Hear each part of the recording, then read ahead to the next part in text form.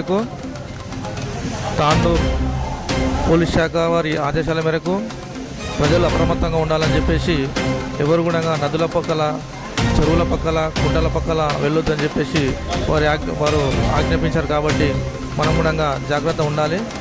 చిన్నపిల్లలను కూడా ఇక్కడ నీటి గుంటల దగ్గరికి, చెరువుల దగ్గరికి, నదుల దగ్గరికి వదలకూడదని చెప్పేసి పోలీసు వారి, జిల్లా కలెక్టర్ గారి ఆదేశాల మేరకు మనము జాగ్రత్త పడాలని చెప్పేసి SSTV తరఫున మీకు విజ్ఞప్తి చేస్తున్నాం.